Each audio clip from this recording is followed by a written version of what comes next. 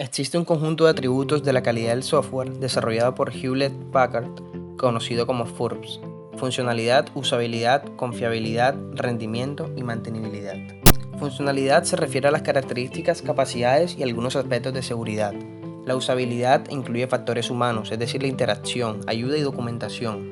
La confiabilidad o fiabilidad hace referencia a la frecuencia de fallos, capacidad de recuperación de un fallo y grado de previsión. El rendimiento, tiempos de respuesta, productividad, precisión, disponibilidad, uso de los recursos.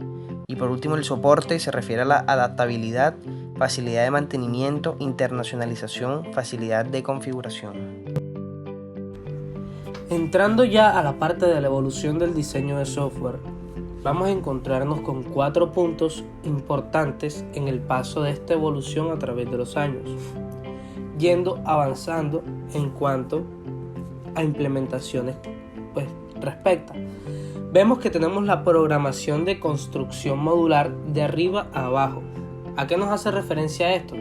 A los principios de la implementación de lo que tiene que ver con el diseño del software se utilizaba una construcción que requería que el código se ejecutara siempre de arriba, desde las primeras líneas del código hacia abajo, digamos, por poner un ejemplo, como una secuencia.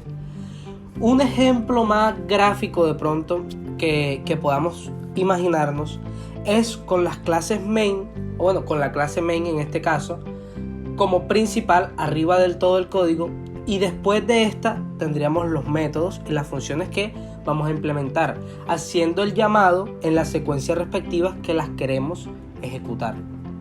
A eso nos hace referencia con la programación de construcción modular de arriba abajo. Entramos ya luego a la programación estructurada. En este caso nos hace referencia a la implementación de estructuras prediseñadas para que realicen ciertas funciones. Los ejemplos más claros que podemos tener de una programación estructurada pueden ser la implementación de funciones if, for y while y switches en este caso, que son ya funcionalidades que tienen su propia estructura, que se pueden meter en cualquier tipo de código si el lenguaje lo permite, y que siempre van a tener ya digamos una secuencia fija o una estructura fija que no varía. Luego, el siguiente evento importante dentro de la evolución que ha tenido el diseño de software es el paso del modelo de flujo de datos al modelo de estructuras de datos en cuanto a diseño. Definiendo ambos por separado para de pronto tener las ideas un poco más claras, cuando hacemos referencia al flujo de datos es cómo se hace la transferencia de datos entre objetos del mismo sistema, desde su entrada hasta su salida del mismo. Y cuando hablamos de las estructuras de datos, se basa más en guardar atributos y datos dentro de cualquier objeto del sistema y ver cómo se enlazan estos objetos entre sí. ¿Cuál es la ventaja de este paso de un flujo de datos a las estructuras de datos?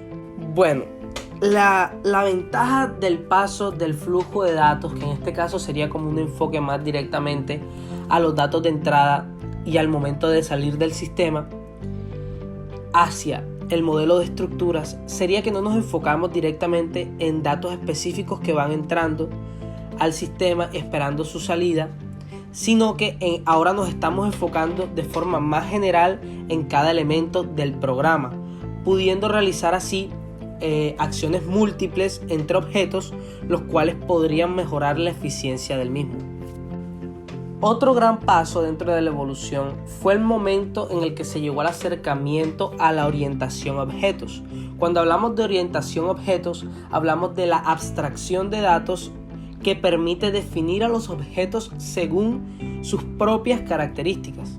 O sea, poder diferenciar un objeto de otro, ya que van a tener características y atributos distintos entre sí, aunque tengan algunas en común. Bueno, ya una vez identificados estos 4 eventos importantes dentro de la evolución del diseño del software, podemos hablar también un poco de la industria donde se aplican estos diseños. Se sabe que en la industria como tal, generalizando, se aplican varios diseños en los que cada uno aplica una heurística y notación única. Cuando hablamos de heurística y notación única, hablamos de que cada código es distinto. ¿Por qué? Porque a eso se refiere la heurística, a la creatividad y a la capacidad de crear nuevas ideas al momento de implementar los códigos que fluyen dentro de la aplicación del sistema. Por ende, es muy improbable que dos personas tengan la misma idea y la implementen de la misma forma. Pueden tener la misma idea, pero no implementarla de la misma manera. Por eso es que no pueden ser los códigos iguales. Aún así, eso no quita que las implementaciones tengan características en común, como por ejemplo, mecanismos para traducir el modelo de requerimientos en una representación del diseño. Esto, por ejemplo, hace parte de esta evolución, estas características que se tienen en común, pero que no afectan la implementación de los códigos, del desarrollo. ¿Cómo así? Estos mecanismos para traducir el modelo de requerimientos en una representación del diseño, estamos hablando ahí de historias de usuario, lo que te piden según lo que tú reflejas dentro de la aplicación. Notación para representar los componentes funcionales y sus interfaces. Ok, ¿a qué nos hace referencia esto? Enfoquémonos más que todo en la parte de notación.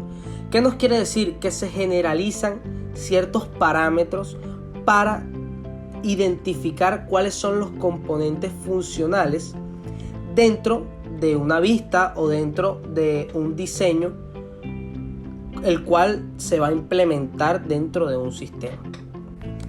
Bueno, y luego tendríamos lo que sería la heurística para mejorar y hacer particiones.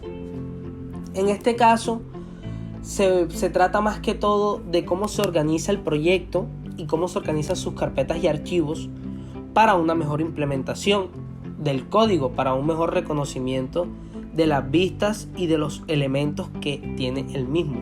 ¿Por qué? Porque todos estos elementos podrían estar dentro de un mismo archivo, pero no sería práctico porque sería más difícil encontrar elementos concretos. En cambio, si nosotros tenemos los archivos, pues digamos las vistas, los objetos, etcétera, tenemos ciertas particiones para cada elemento, vamos a poder tener a la mano las funcionalidades y las implementaciones de los mismos y los podríamos aplicar en cualquier parte del sistema siempre y cuando hagamos el llamado respectivo, lo que mejoraría la experiencia al momento de implementar el código y también la experiencia de trabajo sobre el mismo. Ok, y por último, dentro de estas características en común, dentro de la industria del diseño del software, tenemos los lineamientos para evaluar la calidad del diseño de software.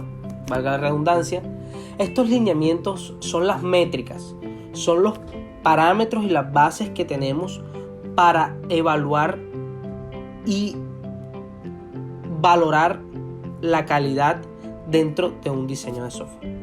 Sería básicamente eso.